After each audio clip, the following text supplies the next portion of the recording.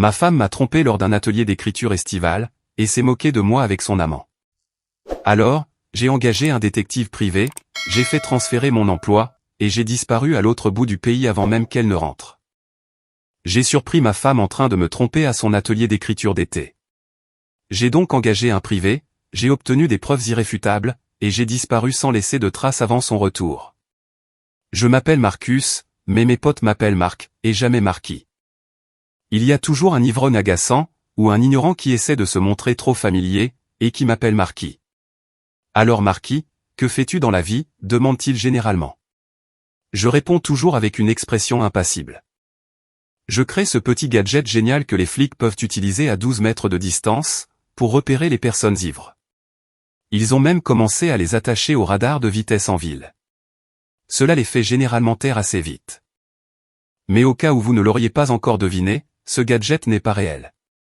C'est juste un indicateur clair que je n'ai absolument aucune patience pour les bêtises. Mentez-moi, et les choses vont empirer de façon exponentielle pour vous. Je me considère comme un gars simple. Je ne suis pas complexe. J'apprécie une vie sans détour, et je trouve une immense satisfaction dans mon travail. Je travaille comme ingénieur principal pour une énorme entreprise technologique nationale, avec des bureaux éparpillés dans tout le pays. J'ai un groupe d'amis solides. Et bien que je ne sois pas un grand buveur, j'apprécie une bière artisanale occasionnelle le week-end. Honnêtement, ma véritable faiblesse penche plutôt vers les nachos bien garnis. Mais c'est mon combat personnel. Si je laisse cela hors de contrôle, je vais prendre du poids. Je fais donc un effort conscient pour me maintenir en bonne forme, pour un homme au début de la cinquantaine. Avant, j'allais faire de la voile à chaque occasion qui se présentait. Mais avoir une femme et 2 jeunes filles prend énormément de temps. Finalement, j'ai dû vendre le bateau. Ce n'était là qu'un des nombreux compromis que j'ai volontairement fait au fil des ans, afin de pouvoir passer du temps de qualité avec les personnes qui comptaient vraiment pour moi. Je pensais être marié et heureux avec Sarah depuis 25 ans. Elle est professeure d'anglais au lycée. Nos 2 filles sont maintenant à l'université. Emma, l'aînée, étudie à l'université de Stanford, en Californie. Et sa jeune sœur, Lily, fréquente l'UC Berkeley. Je n'aurais probablement pas pu me permettre de payer ces écoles incroyablement chères avec mon seul salaire. Mais heureusement, les filles sont des étudiantes incroyablement dévouées, et elles ont obtenu d'impressionnantes bourses académiques. Notre maison se trouvait au Texas, plus précisément dans la région très technologique autour d'Austin. C'est un endroit centré autour d'excellentes universités, et entouré d'entreprises de haute technologie de premier plan. Vivre et travailler là-bas était merveilleux. Je pourrais vous parler en détail de l'authentique poitrine de bœuf texane, mais cela me donnerait juste faim. J'étais un peu déçu quand les filles ont opté pour des universités dans l'Ouest. Cependant, j'ai compris qu'elles avaient besoin d'explorer au-delà de leur zone de confort, et c'est finalement une chose positive pour leur développement. Nos filles sont des jeunes femmes extraordinaires, intelligentes, drôles, charmantes, et dotées de valeurs morales farouchement solides. Je m'inquiète pour leur sécurité au quotidien, mais je fais totalement confiance à leur jugement. Les voir grandir, et faire leur premier pas vers l'indépendance, signifiait que ma femme et moi pourrions enfin avoir du temps pour nous. J'attendais cette étape avec impatience depuis longtemps. Avec les 2 filles parties à l'université, j'imaginais rentrer à la maison chaque soir, pour retrouver une femme aimante qui concentrerait son attention sur moi, et vice-versa. Je nous imaginais raviver notre connexion, menant à des jours remplis de paix et de bonheur. Cela allait presque être comme si nous étions de nouveau de jeunes mariés. Nous pourrions profiter de dîner tranquilles au restaurant, aller voir des pièces de théâtre et des films, et enfin nous redécouvrir de la manière dont j'avais toujours rêvé. Cependant, la réalité ne s'est pas déroulée exactement comme je l'avais imaginé. Pour être tout à fait honnête, en repensant à cette première année avec le nid vide, j'ai remarqué que Sarah subissait des changements étranges. Il semblait que ses centres d'intérêt évoluaient de façon spectaculaire. Bien que le changement ait été graduel au début, il est devenu flagrant avec le temps. Initialement, j'ai pensé que ces changements n'étaient que sa façon de s'épanouir, maintenant que nos filles ne vivaient plus avec nous. Toutefois, j'ai fini par réaliser que ce que j'observais était une transformation significative, et toxique, de ses valeurs fondamentales et de ses priorités. Sarah est professeure d'anglais, spécialisée dans l'écriture créative. Pour être juste, elle est aussi une écrivaine profondément frustrée. Étant une jeune mère et une enseignante à temps plein, elle n'a jamais vraiment eu l'occasion d'écrire autant qu'elle le souhaitait. Pendant l'été, et chaque fois qu'elle pouvait y consacrer 1 heure ou 2, Sarah dédiait du temps à l'écriture. Mais jusqu'à présent, il n'en est pas ressorti grand-chose. Elle avait l'habitude d'envoyer ses essais et ses nouvelles à des magazines littéraires, pour finalement accumuler une collection massive de lettres de refus standardisées. Le grand chef-d'œuvre qu'elle espérait constamment ne s'est jamais concrétisé. J'avoue que j'aime lire ce qu'elle écrit. Mais en tant qu'écrivaine, elle n'est jamais allée au-delà d'histoires formatées, et parfois trop dramatiques ou angoissantes. Elle a une notion très romancée de ce que devrait être un véritable écrivain. Secrètement, j'ai toujours soupçonné qu'elle était beaucoup plus attirée par l'idée esthétique d'être écrivaine, que par le travail réellement exténuant de l'écriture. Néanmoins, ma philosophie a toujours été, si elle est heureuse, alors je le suis aussi. Pendant la majeure partie de notre mariage, Sarah a été membre de divers groupes d'écriture locaux. Ce sont des rassemblements de personnes qui se réunissent, soi-disant pour s'entraider. Ils fournissent des critiques, des suggestions, et discutent de leur travail dans le but d'améliorer l'écriture de chacun. Certains de ces groupes m'ont semblé véritablement productifs, tandis que d'autres semblent n'être rien de plus que des clubs d'admiration mutuelle, et de flatterie d'ego. Son dernier groupe, qui était celui auquel elle appartenait quand tout a complètement basculé, avait des éléments des deux. Ils se réunissaient à tour de rôle chez les uns et les autres. Lors de leurs réunions chez nous, j'essayais toujours de leur laisser beaucoup d'espace. J'ai tenté de participer et d'être accueillant une fois. Mais Sarah, ainsi que quelques autres, ont visiblement désapprouvé ma présence non créative, alors j'ai arrêté d'essayer. Le groupe d'écriture actuel de Sarah comptait environ 10 membres, comprenant à la fois des hommes et des femmes. J'aimais sincèrement certains d'entre eux, tandis que je pouvais facilement me passer des autres. La moitié d'entre eux étaient plutôt banals, et l'autre moitié laissait une forte impression quand on les rencontrait. Par exemple, Rachel, une femme brillante, s'investit énormément dans l'écriture d'histoires et de biographies. Elle mène de véritables recherches sur le terrain, et écrit des livres avec une dimension académique, tout en réussissant à captiver les lecteurs ordinaires. J'ai lu tous ces livres, et je les ai vraiment appréciés. Ensuite, il y a Brenda, qui a un penchant pour l'écriture fantastique. Je ne pense pas qu'elle s'imagine être la prochaine grande auteure de fantasy. Elle penche plutôt vers le genre d'histoire avec des licornes qui parlent. Elle est amicale, et son écriture semble être principalement pour son propre plaisir. Qui pourrait le lui reprocher? Tom assume le rôle du je sais tout insupportable du groupe. Une petite dose de lui suffit amplement, mais mis à part son arrogance, il avait l'air correct. Et puis, il y avait Greg. J'ai ressenti des signaux d'alarme immédiats la toute première fois que je l'ai rencontré, et ces alarmes n'ont cessé de résonner dans ma tête depuis. Quand j'ai rencontré Greg, il était assez clair que c'était moi qui lui étais présenté, plutôt que l'inverse. Il m'a regardé, m'a jaugé, et a demandé, « Alors, Marc, quelle est ta profession ?» J'ai jeté un coup d'œil à ma femme, qui m'a fait un léger froncement de sourcils nerveux. Elle a secoué subtilement la tête, m'avertissant de ne pas utiliser ma réplique du faux gadget. J'ai simplement répondu, « Je suis ingénieur. » Greg n'a pas offert un sourire poli. Il m'a lancé un sourire narquois et condescendant.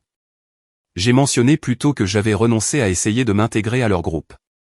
Je préférais rester quelque peu caché et discret, bien que pas exactement hors de portée de voix. Quand il visitait notre maison, j'étais souvent dans la pièce d'à côté, travaillant tranquillement sur mon ordinateur portable, ou dehors sur le porche arrière. Je laissais une fenêtre entrouverte pour pouvoir entendre leur conversation, jusqu'à ce qu'ils oublient complètement que j'étais dans les parages. J'ai remarqué très tôt que lorsque Greg parlait avec Sarah, il semblait partager des blagues privées, et une connexion intime qui me donnait la chair de poule. Parfois, il flattait son ego de manière agressive. D'autres fois, c'était comme s'il connaissait ses pensées intimes, d'une manière que je n'appréciais pas du tout. Il faisait référence à d'anciennes conversations privées, qui semblaient n'avoir eu lieu qu'entre deux. J'ai eu la nette impression que le reste du groupe n'avait aucune idée de ce dont il parlait. Ce n'était qu'une intuition, mais je n'aimais pas ça, et je le lui ai dit explicitement. Elle a immédiatement balayé mes inquiétudes, me traitant de paranoïaque. J'ai appris au fil des ans à ne pas insister, pour éviter les disputes. Je me suis assuré qu'elle comprenait mes sentiments. Le reste dépendait d'elle. Le groupe suivait une routine stricte lors de ses réunions. Après leur séance de travail épuisante, ils se détendaient avec du vin cher. C'est pendant ce temps que j'ai réalisé que certains d'entre eux ne faisaient que jouer la comédie de la prétention. C'est arrivé au milieu du semestre de printemps, vers début mars, quand le sujet a dévié sur les modes de vie des véritables écrivains. Oh, vous savez, tous les écrivains célèbres étaient alcooliques, à bredouiller quelqu'un. C'est vrai. Ils écrivaient le matin, et buvaient l'après-midi et le soir. Cela détend l'esprit, et l'ouvre à de nouvelles idées. Ensuite, le matin, leurs pensées créatives commencent à couler, et ils se mettent à écrire. En fait, les écrivains véritablement accomplis ont tous vécu des relations amoureuses passionnées, et des liaisons. C'est ce qui les motivait vraiment.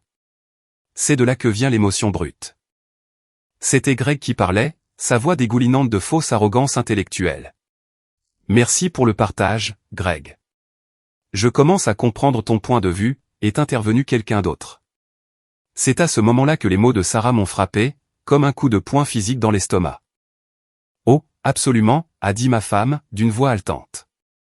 C'est l'intensité, le frisson de l'inconnu, et l'excitation de tout garder caché des autres. C'est là que se trouve la véritable inspiration. Certains d'entre eux ont ricané, tandis que d'autres non. Je me suis convaincu que ce n'était qu'une mauvaise plaisanterie. Pourtant, j'ai gardé une oreille très attentive sur leur conversation, pour le reste de la soirée. Peut-être devrions-nous tous avoir une folle nuit de passion un de ces jours, et ensuite nous écrirons chacun le prochain grand roman américain, a lancé Tom. Je n'arrivais pas à savoir s'il le disait sur le ton de l'humour, ou s'il tâtait le terrain. Les défauts de caractère ne servent pas de base à une écriture exceptionnelle, à contrer une voix de la raison. Ce qui construit véritablement des histoires remarquables, ce sont des qualités comme l'humanité, l'empathie, et la confrontation au mystère de l'inconnu. Les histoires inoubliables parlent de surmonter les défis, de viser la grandeur malgré tous les obstacles. Et de laisser le monde dans un meilleur état qu'il ne l'était auparavant. Eh bien, peut-être que si vous lancez le bon enchantement, nous pourrons éviter tous ces tracas. C'était encore ce crétin de Greg, se moquant de l'auteur de fantasy. À leur honte absolue, certains dans le groupe ont semblé trouver son harcèlement amusant.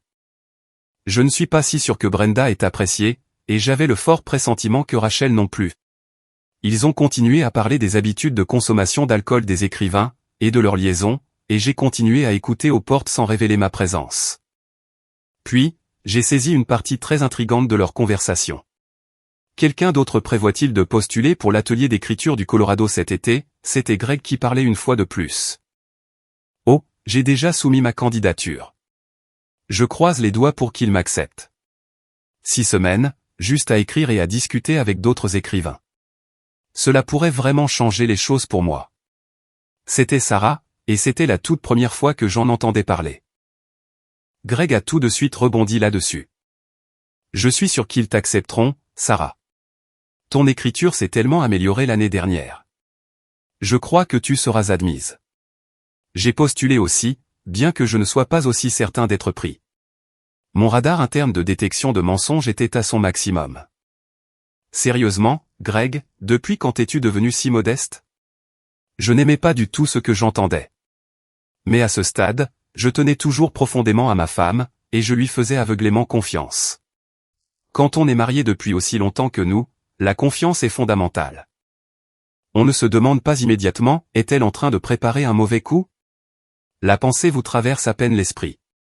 Le mariage est un partenariat, et votre conjoint est votre moitié. Elle avait prouvé son engagement année après année, et tout ce que vous désirez vraiment, c'est qu'elle trouve le succès et le bonheur qu'elle mérite. Ou du moins, c'est ce que vous croyez naïvement. Et puis, plus tard, tout s'effondre en poussière, quand vous découvrez que votre confiance inébranlable a été complètement brisée. Mise à jour 1. Au fil du temps, je me suis activement permis de mettre de côté la conversation surprise de cette soirée-là. Comme je l'ai mentionné, j'avais une confiance totale en ma femme. Certains hommes plus jeunes pourraient ne pas comprendre cela. Mais après avoir été marié pendant plus de 20 ans, la confiance devient un mode de vie subconscient, plutôt qu'un choix actif que l'on fait chaque jour. C'était fin avril, et je terminais de gros travaux de jardinage à l'extérieur, sous la chaleur du Texas. J'ai décidé d'arrêter pour la journée, et de rentrer. En attrapant la poignée de la porte de la cuisine, j'ai surpris ma femme au téléphone. Sa voix était étouffée, mais excitée. J'ai hâte.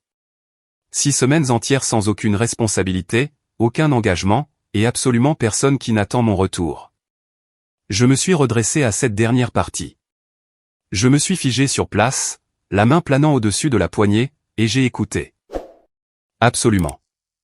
Ça va être les 6 semaines les plus complaisantes de ma vie. Je me le dois, et à toi aussi. Rien de tout cela ne me présageait rien de bon. Le ton était totalement inapproprié. J'ai poussé la porte, et je suis entré dans la cuisine. Sarah a physiquement sursauté, l'air complètement effaré. Bon, je dois y aller.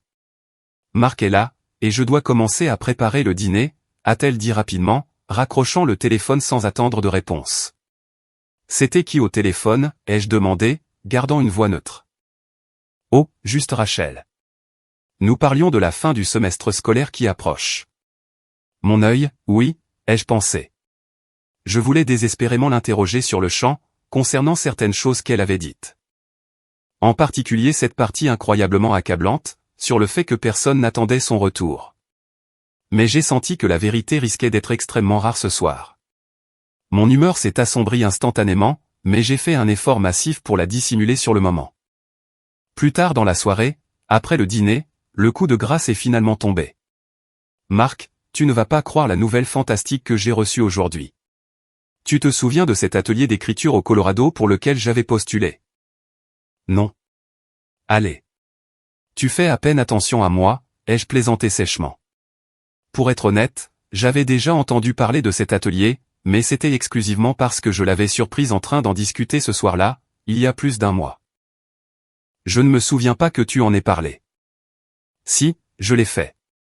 J'ai postulé pour un atelier d'écriture de 6 semaines. C'est de la mi-juin à la fin juillet, à l'Université du Colorado. Ils ont des conférences de leurs professeurs, et ils font venir des écrivains accomplis pour des séminaires et des groupes de discussion. Et ensuite, nous faisons beaucoup d'écriture intensive. C'est une opportunité merveilleuse, et j'ai été accepté. Ça a l'air merveilleux, chérie. Je suis sûr que nous pourrons gérer cela financièrement. Peut-être que je peux prendre un peu de temps au travail, et te rejoindre pour un moment. J'adorerais écouter les conférences de ces écrivains, et voir les montagnes. Sa réaction a semblé sincèrement horrifiée, bien qu'elle ait essayé de la masquer avec de la surprise. Oh, eh bien, nous pouvons y réfléchir. Ça va être 6 semaines vraiment intenses, et je n'aurai pas beaucoup de temps libre pour être avec toi. Mes instincts palpitaient violemment à nouveau. Eh bien, tu sais, je ne suis pas exigeant. Peut-être que je pourrais juste être le gars qui apporte le café pour le groupe. Traîner en arrière-plan. Elle a offert un sourire légèrement nerveux et crispé. Ça pourrait être sympa, chérie. Voyons comment ça se passe. J'ai déjà été confronté à ce genre de dérobade dans le monde de l'entreprise, et je savais exactement ce que cela signifiait. Elle planifiait activement de s'assurer que je ne finisse pas par aller au Colorado avec elle. J'ai l'impression que tu préfères que je ne vienne pas avec toi, ai-je déclaré platement. Oh, non. Ce n'est pas comme ça. J'ai juste peur que tu trouves ça incroyablement ennuyeux. Tu aimes les ordinateurs, les circuits et l'ingénierie, et là, ce ne sont que des écrivains qui parlent de grandes idées. De grandes idées. Je ne l'ai pas dit à voix haute, mais mentalement, je le criais assez fort pour que tout le quartier l'entende. Je ne suis pas stupide, chérie. Oh, je ne voulais pas le dire comme ça. Je dis juste que ton esprit penche vers des détails rigides. Les écrivains se débattent avec de grandes questions existentielles, de grands concepts. J'ai gardé ma colère montante pour moi. Je voyais clairement que j'étais mis sur la touche, et insulté en face. Je suis sûr que tu vas exceller, ai-je dit doucement. Plus tard dans la soirée, après que Sarah soit allée se coucher et se soit profondément endormie, je me suis connecté à Internet, pour vérifier nos relevés de téléphonie mobile. Notre opérateur propose cette fonctionnalité, tous les appels entrants et sortants, ainsi que les eurodatages des SMS, sont enregistrés sur la facture. J'ai examiné le journal des appels méticuleusement. L'appel que j'avais interrompu dans la cuisine n'était pas avec Rachel. Ou si c'était le cas, il provenait curieusement du numéro de téléphone de Greg.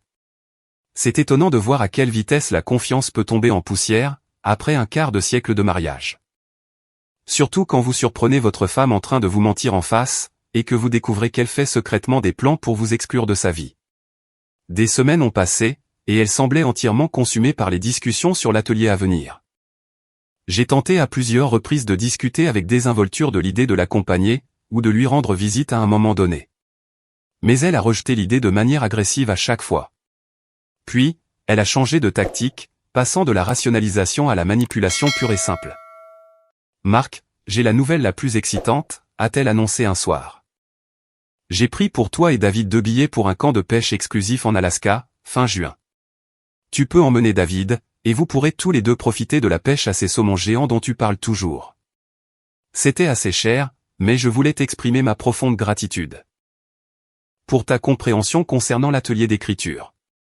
Je me sentais un peu coupable que tu ne puisses pas t'amuser ici à la maison. Alors, je veux que tu y ailles, et que tu passes un bon moment. Ensuite, nous pourrons partager nos expériences incroyables à mon retour. J'ai immédiatement soupçonné que quelque chose n'allait fondamentalement pas, merci, chérie. C'était incroyablement attentionné de ta part. Honnêtement, cependant, je passerai un bien meilleur moment juste en étant avec toi. Marc. Nous en avons déjà discuté. Ce n'est tout simplement pas logique. Je travaillerai tout au long de la journée, et je me sentirais mal de te négliger ainsi dans une ville étrangère. J'ai brièvement étudié son visage et ses yeux, essayant d'interpréter ce que j'y voyais. Était-ce de la condescendance? Était-ce du soulagement? Merci, chérie. L'Alaska a l'air amusant. Mon ton manquait de tout enthousiasme réel. Dans mon esprit, j'étais déjà en train d'élaborer mes options. Un voyage surprise au Colorado était au tout premier plan. Eh bien, tu pourrais au moins le dire avec le sourire. Ces billets étaient chers, et je veux juste que tu sois heureux. Bien sûr, ça a l'air amusant. Je suis descendu au sous-sol pour bricoler à mon établi, pour le reste de la soirée. Notre maison est ancienne. Elle possède l'une de ces grilles de sol vintage dans le couloir, juste au-dessus de mon établi. Elle laisse passer l'air chaud de la chaufferie, et c'était le moyen original de chauffer le rez-de-chaussée. Au début, je faisais attention à ne pas marcher dessus par accident. Mais avec le temps, je m'y suis habitué, et j'ai oublié sa présence. Le téléphone fixe est également situé dans ce même couloir. Je travaillais tranquillement dans le sous-sol, contemplant mes prochaines étapes, quand j'ai entendu Sarah passer un appel à voix basse, juste au-dessus de la grille. Oui, je lui ai donné les billets. Il est encore hésitant. Je ne sais pas. Je n'arrête pas de lui dire qu'il ne va pas aimer. Non, je ne peux pas lui dire de force de ne pas venir. Ce serait trop suspect. Je comprends, et je veux ça aussi. Mais je veux rester marié après. J'ai juste besoin qu'il me donne un peu d'espace, pour profiter de moi-même pendant quelques semaines. Je le mérite. Je l'ai gagné. Oui, je veux ces semaines avec toi aussi. D'accord, attendons un peu. Je pense qu'il va changer d'avis. D'accord? Bébé. Tu me manques aussi. Écris quelque chose de génial pour moi ce soir. Sur ce, elle a mis fin à l'appel. J'ai senti une énorme boule étouffante se former dans ma gorge. Je ne suis pas idiot. Je reconnais l'infidélité quand je l'entends.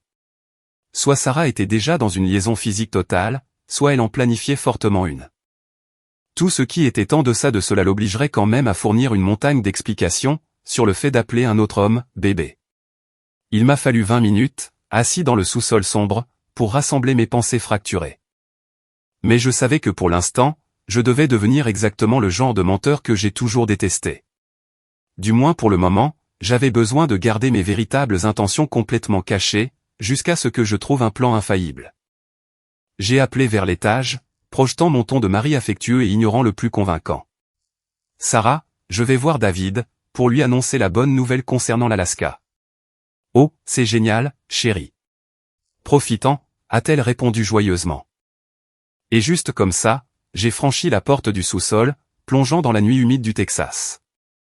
J'avais désespérément besoin de distance. Rendre visite à David n'était qu'une excuse pour sortir de la maison. Mais en y réfléchissant pendant le trajet, j'ai réalisé que j'avais besoin de me confier à quelqu'un. David était mon ami le plus proche depuis l'enfance, et nous avions tout traversé ensemble. Tu te moques de moi, a dit David, en me tendant une bière sur son patio arrière. David n'y allait jamais par 4 chemins. Pas moyen. Je n'y crois pas. Sarah ne te trahirait jamais, Marc. Eh bien, elle travaille certainement incroyablement dur pour m'éloigner de cet atelier. Et elle appelle quelqu'un bébé, et ce n'est définitivement pas moi. Nous sommes simplement restés assis là, dans un lourd silence. C'est ce dont la plupart des hommes ont besoin de la part de leur meilleur pote.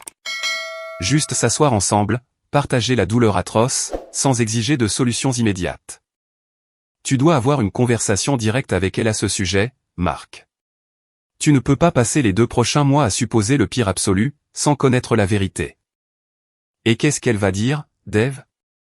Combien veux-tu parier que lorsque j'ai vérifié les relevés téléphoniques ce soir, ce n'était pas à Rachel qu'elle parlait? Ce n'était pas Rachel qu'elle appelait bébé. Et ce n'est pas avec Rachel qu'elle complote de passer des semaines. Je ne prends pas ce pari, a soupiré David, en se frottant le visage. Alors, quel est ton plan? Je vais m'asseoir, et avoir une discussion honnête. C'est ce que l'on fait après avoir été ensemble pendant 25 ans. Je lui exprimerai mon amour. Je lui ferai savoir que je suis profondément blessé par le fait qu'elle ne veuille pas que je l'accompagne. Et je lui demanderai directement ce qu'elle prépare exactement, pour ne pas vouloir de moi là-bas. Tu penses qu'elle te dira la vérité? Non. Mais moi, je lui dirai la vérité. Même si une partie n'est pas ce qu'elle veut entendre, elle comprendra exactement à quel point je l'aime.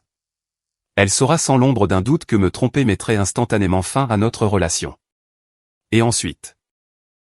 Elle essaiera probablement de me convaincre agressivement que j'imagine des choses, et que je devrais juste aller pêcher. J'ai fait une pause un instant, prenant une gorgée de ma bière. Au fait, j'ai 2 billets pour un camp de pêche en Alaska fin juin, et l'un est pour toi. Génial. David s'est surpris à avoir l'air coupable. Je veux dire, je suis là pour te soutenir, mon pote. J'ai dû rire amèrement. J'ai toujours été sûr de l'endroit où se trouvait sa loyauté. Nous avons discuté, partagé nos pensées les plus sombres, et pris quelques verres de plus au cours des 3 heures suivantes, avant que je ne rentre finalement chez moi. Après le dîner le lendemain, j'ai demandé à Sarah de venir s'asseoir avec moi dans le salon. Je me suis ouvert sur tout ce qui me dérangeait. Enfin, presque tout. J'ai stratégiquement retenu quelques éléments cruciaux, comme les relevés téléphoniques et la grille au sol. Ma chérie, j'ai de sérieuses inquiétudes, ai-je commencé doucement. Je ne crois pas que tu aies été totalement franche avec moi, au sujet de cet atelier d'écriture. Je t'ai entendu en discuter avec ton groupe d'écrivains en mars dernier. Pourtant, tu ne m'en as pas parlé avant d'avoir déjà fait des plans concrets pour y assister. Je vous ai même tous entendu parler de la façon dont les liaisons sont courantes chez les grands écrivains. Et je dois admettre que je n'ai pas du tout trouvé ça amusant. Tu as eu des conversations privées avec Greg au sujet de ton voyage. Mais quand je pose des questions, tu me donnes de fausses informations, et tu prétends que c'est quelqu'un d'autre. Tu es parfaitement consciente de mes sentiments négatifs à l'égard de ce type. Ensuite, quand tu m'as annoncé que tu étais acceptée, tu as semblé délibérément distante. Et tu m'as activement découragé d'en faire partie. Je n'ai pas besoin d'être là à chaque seconde, mais je voulais partager ce voyage passionnant avec toi. Au lieu d'envisager cela, tu as pris des dispositions coûteuses pour que je sois ailleurs, sans même en discuter avec moi au préalable. Juste en prenant un engagement en mon nom. Il semble fortement que tu essaies de t'assurer que je ne serai pas dans les parages pendant que tu seras au Colorado. Je ne pense pas que tu aies été honnête avec moi, et je commence à me demander si tu m'as été complètement fidèle. Marc, je ne t'ai jamais traité de cette façon. Et je ne te serai jamais infidèle. Qu'est-ce qui te prend? Tu es mon mari, et tout ce que je veux, c'est que tu passes un bon moment en Alaska. Ça me blesse vraiment que tu puisses penser quelque chose d'aussi ignoble à mon sujet. Je ne peux pas contrôler ce que je ressens, ni ce qui déclenche ces sentiments. Sarah, tu sais que je t'aime. Je t'aime depuis notre première rencontre dans la vingtaine. Mais je ne peux pas simplement ignorer l'idée d'une trahison. Est-ce ce que tu prévois? Sarah?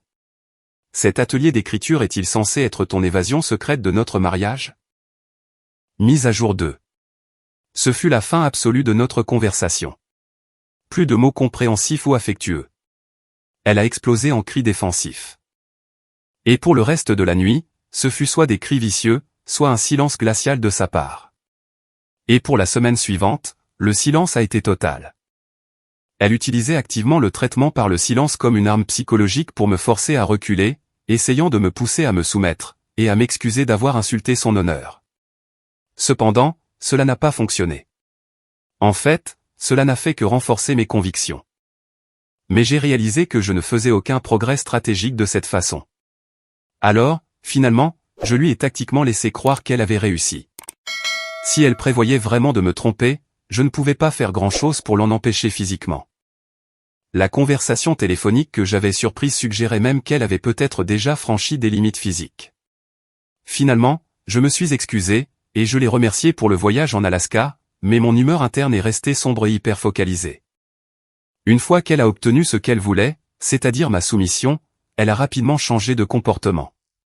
Elle a agi comme une épouse aimante et dévouée, pour renforcer le comportement qu'elle attendait de moi.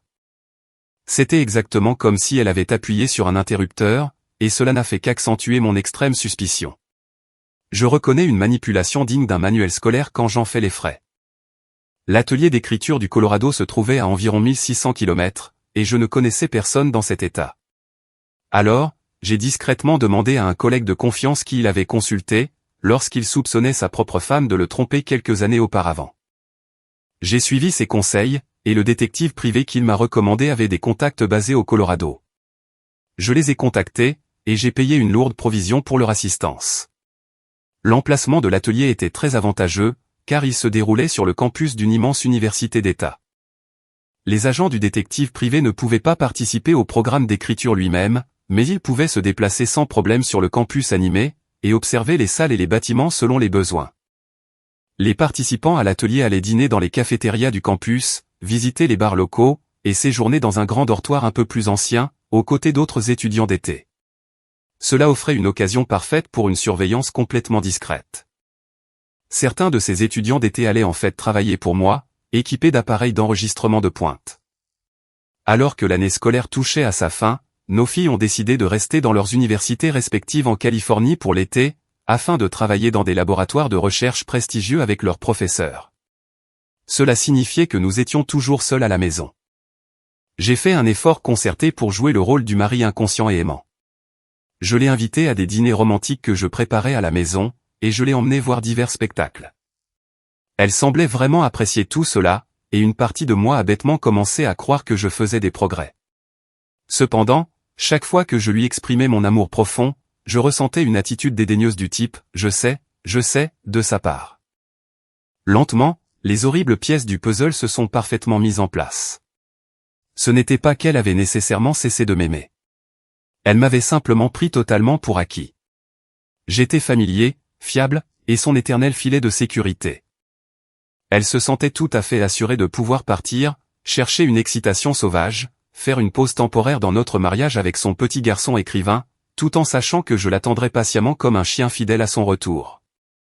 Cette réalisation écœurante a permis à mes propres plans de se concrétiser. Le jour de son départ définitif, j'ai réalisé que je ne pouvais pas laisser les choses sous silence. Nous nous tenions près de la porte d'entrée, pendant que sa navette pour l'aéroport arrivait. La serrant fort, j'ai exprimé mon amour une dernière fois, et je l'ai supplié, « S'il te plaît, Sarah, ne fais rien qui pourrait nous détruire. » En réponse, elle s'est physiquement reculée, m'a lancé un regard très irrité, et a rétorqué, « Je suis tellement fatigué que tu ne me fasses pas confiance, Marc. » À mon retour, nous allons avoir une conversation très sérieuse sur ta paranoïa de contrôle. Elle m'a donné un rapide baiser obligatoire sur la joue, a attrapé ses sacs, et s'est dirigée vers la navette. Elle est partie sans un seul regard en arrière vers moi. À cet instant précis, j'ai eu la certitude absolue que mon mariage touchait à sa fin. Après 25 ans et avoir élevé 2 filles adultes, il semblait que toute notre relation s'évaporait dans les gaz d'échappement d'une navette d'aéroport. Le détective privé a accompli son travail avec une efficacité impitoyable. Selon ses rapports quotidiens, Sarah et Greg n'ont même pas pris la peine de cacher leurs actions, se croyant parfaitement en sécurité dans un endroit inconnu. Dès son arrivée à l'atelier, Sarah a dû retirer ses alliances dans l'avion, car elles étaient manifestement absentes de son doigt sur chaque photo. Elle prétendait ouvertement, auprès des autres écrivains, avoir récemment divorcé. Ma femme et Greg sont immédiatement devenus inséparables. Ils étaient constamment ensemble, partageant des baisers intimes à la cafétéria, se tenant la main sur le campus, et agissant comme des lycéens fortement entichés.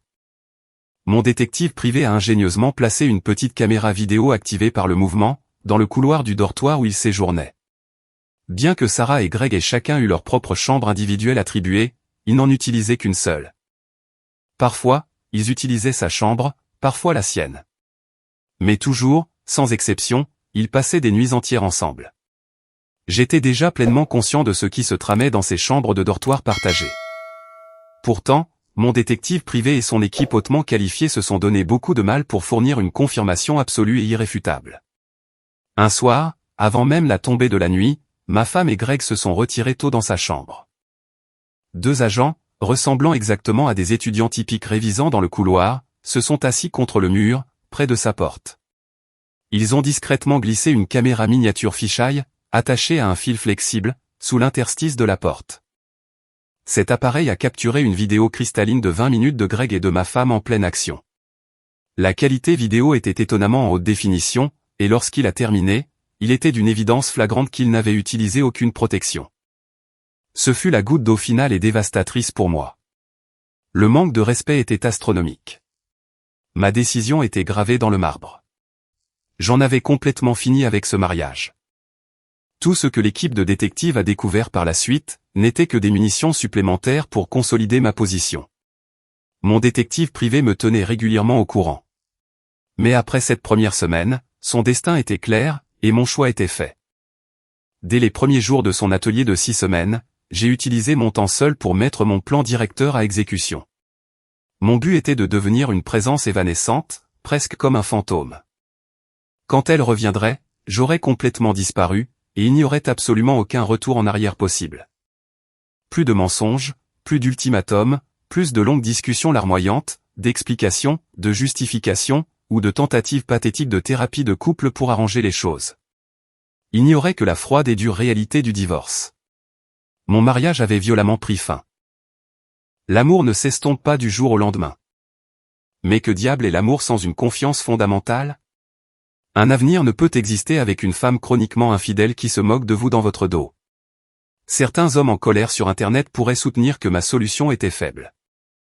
Ils pourraient suggérer qu'elle méritait une punition physique, un embarras public total, et une déchéance financière complète. Cependant, en fin de compte, la loi m'empêcherait de poursuivre tout cela sans me ruiner moi-même. Et je n'avais absolument aucune intention de détruire le reste de ma propre vie, ou de finir en prison, en cherchant une vengeance vindicative et illégale contre ma femme infidèle et son amant arrogant. Ma vengeance serait beaucoup plus psychologique et dévastatrice. J'enlevais la seule chose sur laquelle elle s'était toujours aveuglément reposée. La présence stable et inébranlable qui la soutenait, la consolait, payait ses factures, l'élevait et la motivait. Je me retirais moi-même de l'équation. Greg n'était pas une belle prise. C'était un écrivaillon prétentieux et non publié. Il ne pouvait pas fournir ce dont elle avait besoin à long terme, financièrement ou émotionnellement. Ou une mère divorcée de 50 ans trouverait-elle l'amour et la stabilité financière lorsque son filet de sécurité disparaîtrait ? Je ne m'en inquiétais pas. Elle ne serait plus mon problème. Tous les quelques jours, mon détective privé m'envoyait d'autres photos en haute résolution, de nouvelles vidéos, et des preuves encore plus accablantes de trahison. Une trahison commise par la personne qui s'était tenue devant l'autel, et m'avait promis la loyauté par-dessus tout. Les rapports écrits étaient difficiles à lire, et les photos et vidéos étaient encore plus atroces à regarder. Mais les enregistrements audio étaient de loin les plus difficiles à supporter, surtout lorsqu'ils me dégoûtaient ouvertement. Il m'envoie toujours des SMS à propos des poissons stupides qu'il attrape en Alaska, et à quel point c'est incroyable là-bas, a dit Sarah, avec un rire cruel sur l'un des enregistrements du patio. Il me remercie presque tous les jours. Il est tellement complètement paumé. Greg s'est joint au rire bruyant. Garde-le dans l'ignorance, Sarah. Traite-le comme un champignon. Nourris-le de conneries, et laisse-le dans le noir, ainsi tu es libéré de son ennui. Il ferait aussi bien de s'amuser pour le moment. Quand je rentrerai, je confronterai ce nerd ennuyeux sur sa paranoïa et ses accusations, a ricané Sarah. Comment ose-t-il continuer à m'accuser de le tromper ? L'audace. Mais tu prends une petite pause de notre mariage en ce moment, ma beauté, a roucoulé Greg. Où est-ce une autre femme qui partage mon lit toutes les nuits ? Elle a littéralement gloussé comme une écolière à cela. Peu importe. Peut-être qu'il tient une piste, mais je ne tolérerai pas ces jérémiades. Je suis une écrivaine, bon sang.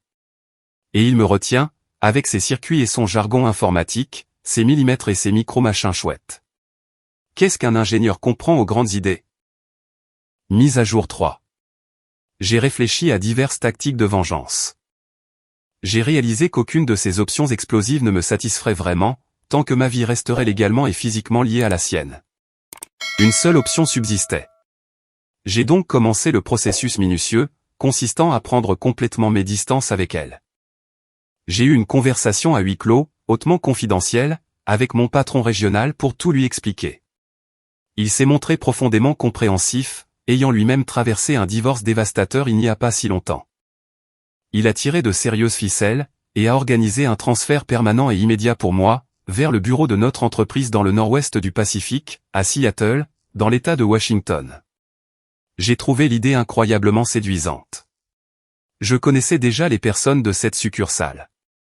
Ils étaient compétents, professionnels, et j'appréciais leur compagnie lors de projets intersuccursales. La ville, l'océan, et l'État faisaient tous appel à mon amour de l'eau.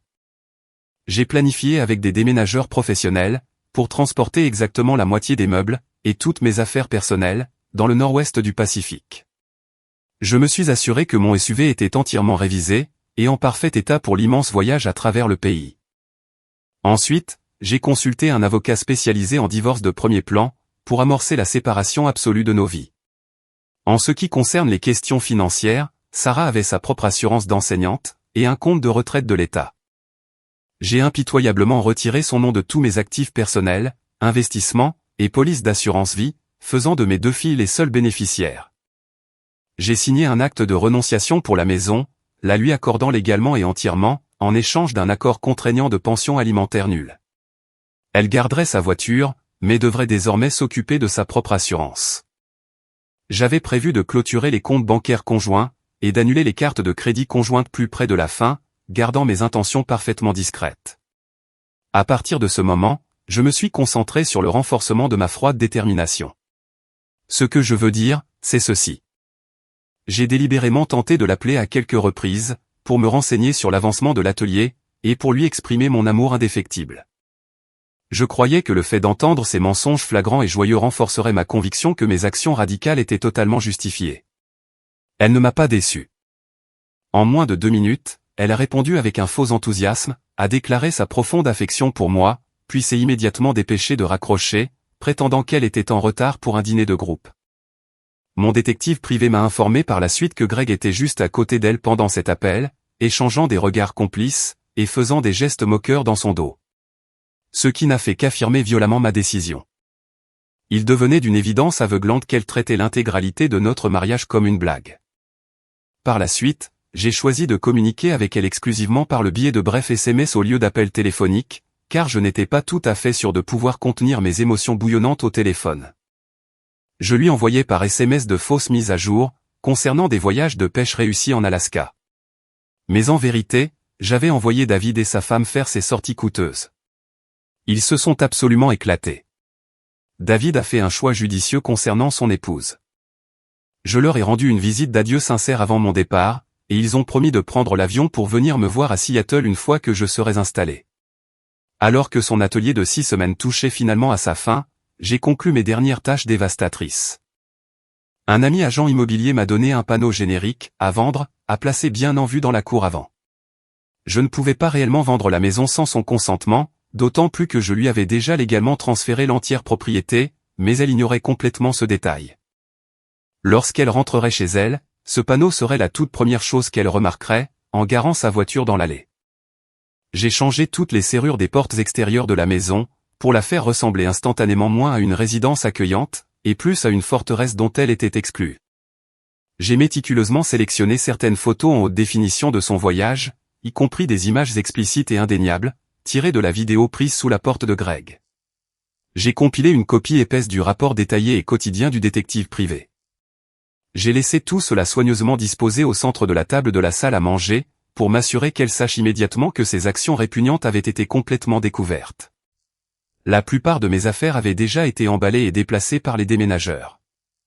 Ils les stockeraient dans un garde-meuble sécurisé à Seattle, jusqu'à ce que je sois prêt à acheter un nouvel endroit. Je n'ai emporté avec moi que 2 grandes valises, ma mallette de travail, mon ordinateur portable, et ma guitare acoustique vintage. Ma guitare était un incontournable absolu.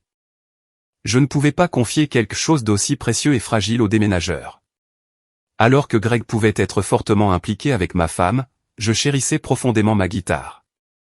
Mon plan initial était de partir le lendemain matin, sachant qu'elle ne reviendrait pas de l'aéroport avant très tard dans la nuit.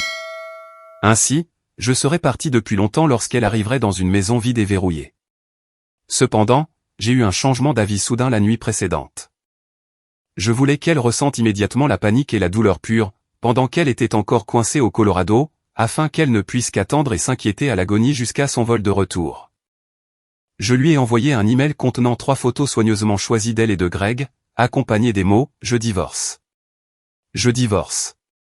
Je divorce ».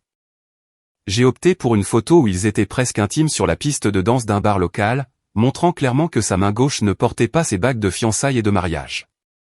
La deuxième image les capturait entrant dans son dortoir, tout en se tenant intimement par la main. La troisième était une capture d'écran d'une clarté cristalline, tirée de la vidéo sous la porte du dortoir, montrant parfaitement son visage dans les affres de la passion. Je prévoyais qu'elle verrait ces images immédiatement sur son téléphone. J'espérais que cela détruirait absolument sa dernière nuit romantique avec Greg, alors qu'il fouillerait frénétiquement leur dortoir, à la recherche de caméras cachées qui avaient déjà été retirées depuis longtemps. Par la suite, j'ai complètement éteint mon téléphone.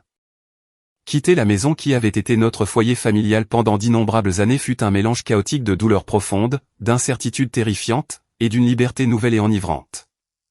C'était comme le moment le plus difficile, le plus incertain et le plus libérateur de toute ma vie, tout à la fois. Essentiellement, ma femme avait violemment disparu de ma vie. Je ne connaissais pas le moment exact, ni la raison de sa transformation, mais c'était comme si la femme que j'avais épousée était morte. Même si je ne l'avais pas causée moi-même, la femme trompeuse qui ressemblait actuellement à ma femme m'était une parfaite inconnue. Quelqu'un que je ne reconnaissais pas, que je ne respectais pas, et avec qui je ne souhaitais jamais renouer. Je m'embarquais dans un nouveau départ massif, faisant face à un chemin complètement inconnu. Au milieu du profond sentiment écrasant de perte, il y avait un étrange et grand sentiment de libération. Le poids étouffant de la tromperie, de la trahison, et du dénigrement constant, a été enlevé de mes épaules, ne serait-ce que temporairement. Le seul coup était que la moitié de l'histoire de ma vie était maintenant inaccessible. Bien qu'il se fasse tard, mon esprit bouillonnait d'adrénaline. Alors, j'ai conduit mon SUV sur une centaine de miles le long de la paisible autoroute du Texas, perdu dans de profondes pensées, jusqu'à ce que je trouve un hôtel décent pour la nuit. Je ne cherchais pas un hôtel de chaîne stérile. Je voulais un endroit local authentique. Le lendemain matin, j'ai trouvé un petit restaurant typique, et j'ai savouré ce qui pourrait être ma dernière assiette de tacos authentique pour le petit déjeuner, accompagné de piments verts épicés, avant un bon moment.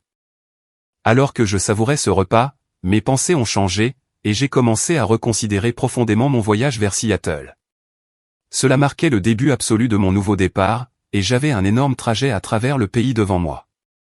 Je pouvais facilement accélérer mon voyage, en conduisant 14 heures par jour, fuyant mes problèmes dans un flou d'asphalte. Mais j'avais une généreuse fenêtre de 2 semaines avant que mon nouveau poste, dans le bureau de Seattle, ne commence réellement. Pourquoi me presser? J'avais besoin de temps vital pour calmer mes pensées agitées, accepter sa monstrueuse trahison, et laisser véritablement le passé derrière moi. J'ai choisi d'y aller doucement, savourant les paysages changeants pendant mon trajet vers le nord-ouest, et interagissant avec chaque État et ses résidents lors de mon passage. Cette semaine serait ma période de transition nécessaire, de mon ancienne vie à la nouvelle. J'avais l'intention de choyer mes sens, y compris mes papilles gustatives, pour me purifier complètement de la laideur et des erreurs de mon passé, et me préparer à un nouveau départ. Le reste de la journée s'est passé à flâner dans Santa Fe, au Nouveau-Mexique. Au milieu des touristes estivaux, j'ai exploré les incroyables talents des artisans et créateurs locaux. Bien que n'ayant pas de réservation, j'ai réussi à trouver un bel endroit en adobe pour séjourner. Ce n'est qu'après un dîner léger, et une fois installé pour la nuit, que mes pensées sont inévitablement retournées à mon mariage raté. Vers cette heure-là, elle rentrait probablement enfin chez elle à Austin. Je me demandais vivement comment elle réagirait en voyant le panneau « à vendre » planté dans la cour avant, et la panique absolue de réaliser que ses clés n'ouvraient plus la porte d'entrée de sa propre maison. Le lendemain, je me suis dirigé plus à l'ouest, et j'ai conduit le long des petites routes sinueuses en direction de la Californie. J'ai traversé de petites villes du désert et des paysages historiques. Il y avait un seul tronçon de route devant moi, me menant vers mon avenir. Je suivrais ce chemin sinueux, alors qu'il me guidait loin de la trahison, et vers un nouveau chapitre non écrit de ma vie. Mise à jour 4. Je me suis assis dans ma chambre d'hôtel, dans une petite ville côtière de l'Oregon quelques jours plus tard, et j'ai finalement décidé d'allumer mon téléphone portable. Comme prévu, il a explosé de notifications. Il était rempli de nombreux appels manqués, de mails paniqués, et de SMS frénétiques. La plupart venaient de Sarah, tandis que quelques-uns provenaient d'amis communs inquiets. Je me suis forcé à tous les lire et à les écouter, même si c'était émotionnellement épuisant. C'était une étape nécessaire pour clore le chapitre. Au départ, les messages vocaux de Sarah tentaient désespérément de me convaincre que les choses n'étaient pas ce qu'elles semblaient être, et que les photos étaient sorties de leur contexte. C'est ça, oui. C'étaient les messages pathétiques qu'elle avait envoyés du Colorado, juste après avoir reçu mon email. Ensuite, il y a eu un changement de ton notable. Les messages vocaux ultérieurs étaient remplis de sanglots hystériques et de cris. C'était évidemment après qu'elle soit rentrée chez elle, qu'elle ait trouvé les serrures changées, vu le reste des photos dévastatrices sur la table à manger, et lu le rapport méticuleux et indéniable du détective privé. Pendant ce temps, mes amis laissaient des messages, m'informant que Sarah contactait frénétiquement tout le monde, dans une tentative désespérée de me localiser. Elle ne savait pas qu'elle cherchait dans tous les mauvais endroits. David et sa femme étaient parfaitement au courant de mon plan, mais je leur avais explicitement demandé de garder les autres dans l'ignorance intentionnellement. Je laisserai le reste de mon groupe d'amis connaître la vérité, une fois que je serai installé en toute sécurité dans l'État de Washington. J'étais déjà pleinement conscient que je ne pouvais pas continuer à être un fantôme pour toujours. Les 2 appels qui m'ont profondément inquiété venaient de mes filles. Sarah les avait contactées dans un état hystérique, tentant de découvrir où je me trouvais, et tissant probablement un récit de victime. Je ne leur avais volontairement pas parlé de ma décision radicale de quitter leur mère au préalable, car je voulais le faire en face à face, pour leur épargner le choc par téléphone. Cependant, je ne pouvais pas les laisser s'inquiéter de ma mort ou de ma disparition. J'ai donc immédiatement modifié mon itinéraire, et j'ai conduit jusqu'en Californie. J'ai d'abord rendu visite à mon aînée, Emma, à Stanford. Nous nous sommes assis dans un café calme hors du campus. Et je lui ai expliqué calmement, et méthodiquement, toute la situation. Elle était incroyablement bouleversée. Elle avait énormément de mal à croire que sa propre mère puisse faire une chose aussi vile. Alors, le cœur lourd, je lui ai envoyé exactement les 3 mêmes photos que j'avais envoyées à Sarah le soir de mon départ, accompagnées d'une version expurgée du rapport du détective privé, pour qu'elle le lise. Voir les preuves irréfutables a brisé l'image de sa mère. Après cela, Emma s'est farouchement engagée à ne pas informer Sarah de mon emplacement physique, ni de mon nouveau travail. J'ai conduit jusqu'à Berkeley le lendemain, pour répéter le processus angoissant avec Lily. La réaction de Lily a été beaucoup plus composée que celle de sa sœur aînée, mais la froide fureur dans ses yeux était indéniable. Il y avait une profonde déception, mais elle a exigé de voir les preuves. Je les lui ai montrées. Par coïncidence, sa mère a appelé le téléphone de Lily pendant que nous parlions. Je lui ai fait le signe universel pour dire « Non, je ne suis pas là ». J'ai secoué la tête, gesticulé frénétiquement, et imité un mouvement de gorge tranché. Elle a parfaitement compris. Lily a toujours été la plus pondérée et analytique de la famille. Puis, elle a fait quelque chose que je n'aurais jamais pensé voir. Elle a répondu au téléphone, et l'a mis sur haut-parleur. « Maman, papa a appelé hier soir, n'est-ce pas ?» a dit Lily froidement. « Lily, est-ce que tu sais où il est ?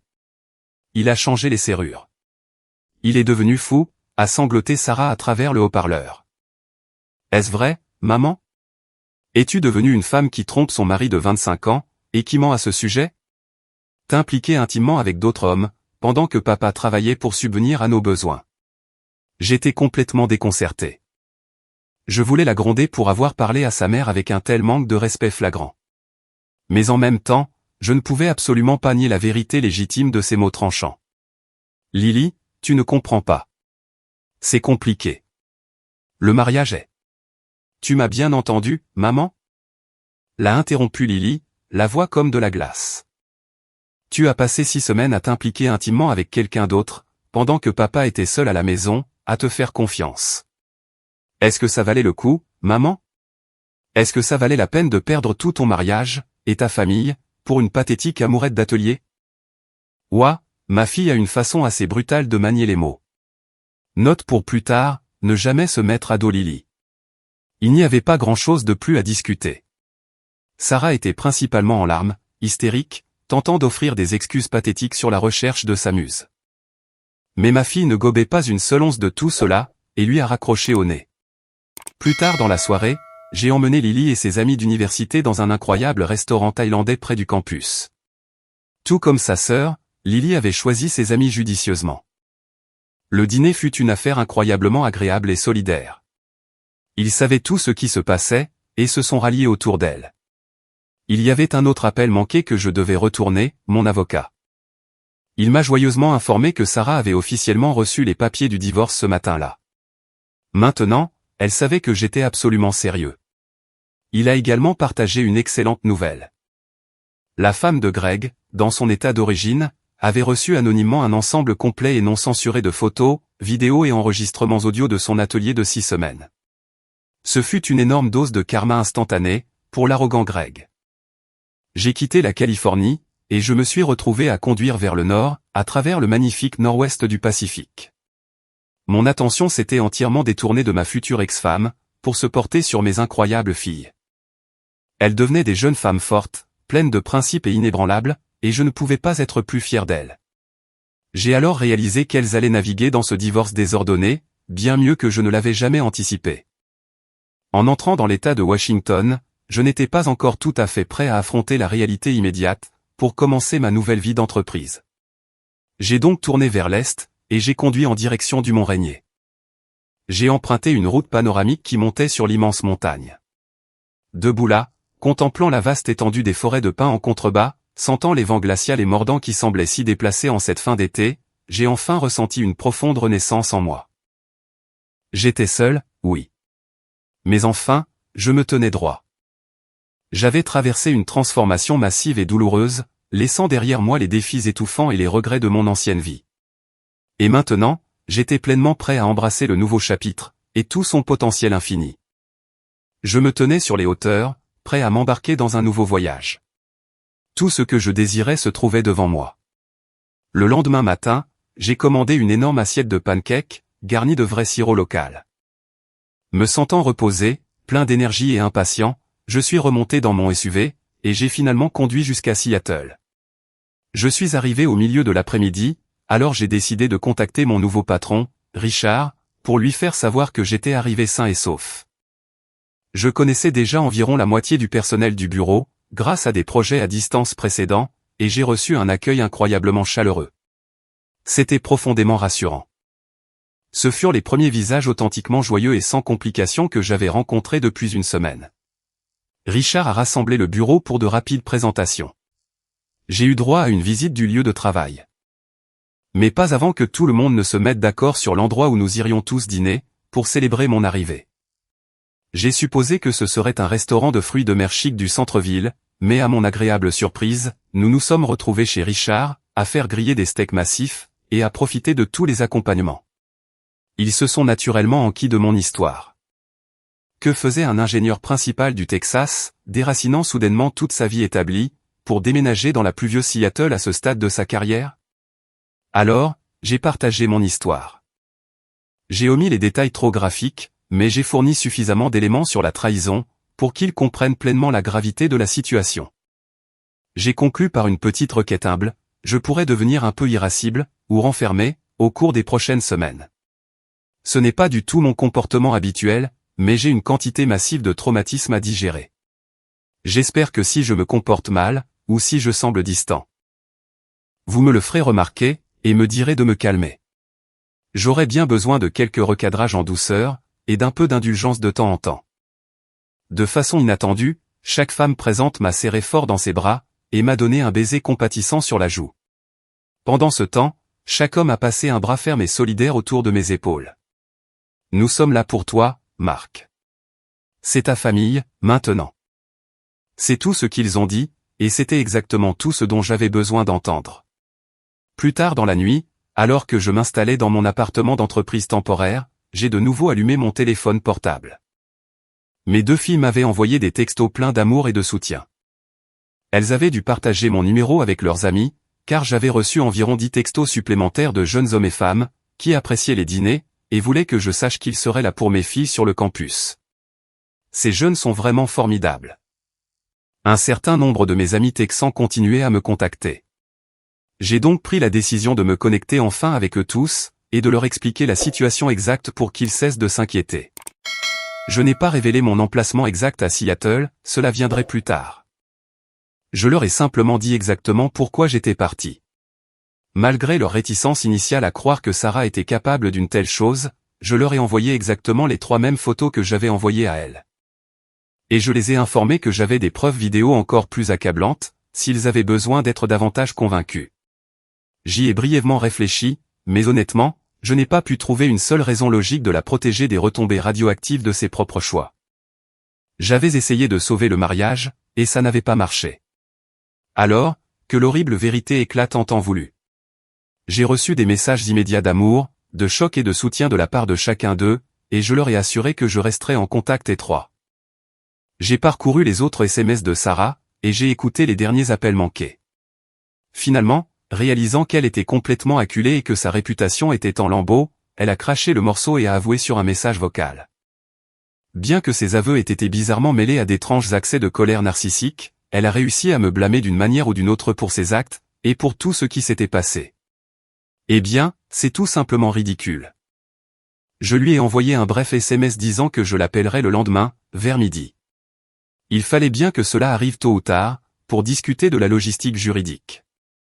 Disons simplement que la conversation téléphonique a été loin d'être satisfaisante. Elle oscillait sauvagement entre rejeter la faute, pleurer de culpabilité, et nier carrément. Elle prétendait être désolée, mais affirmait que l'influence de Greg était tout simplement trop forte sur elle. Elle prétendait que j'étouffais son esprit créatif. C'était de ma faute, parce que je travaillais trop et ne comprenais pas son article. Elle a même eu l'audace de prétendre qu'il ne s'était rien passé de sérieux entre eux, qu'ils ne faisaient que s'amuser. J'ai presque éclaté de rire quand elle a essayé de me convaincre qu'elle cherchait seulement son inspiration créative pour son roman. Elle est allée jusqu'à m'accuser violemment de manipuler et de monter nos filles contre elle, comme si ses propres actions dégoûtantes, et le fait d'avoir été prise en flagrant délit en vidéo, n'avaient pas accompli cela entièrement sans aucune assistance de ma part. Quand elle a finalement manqué de souffle, et s'est tue, je lui ai exposé la situation de manière froide et directe. Elle avait activement conspiré avec Greg pour me trahir. Elle avait agressivement résisté à mes efforts désespérés pour sauver notre relation, avant son départ.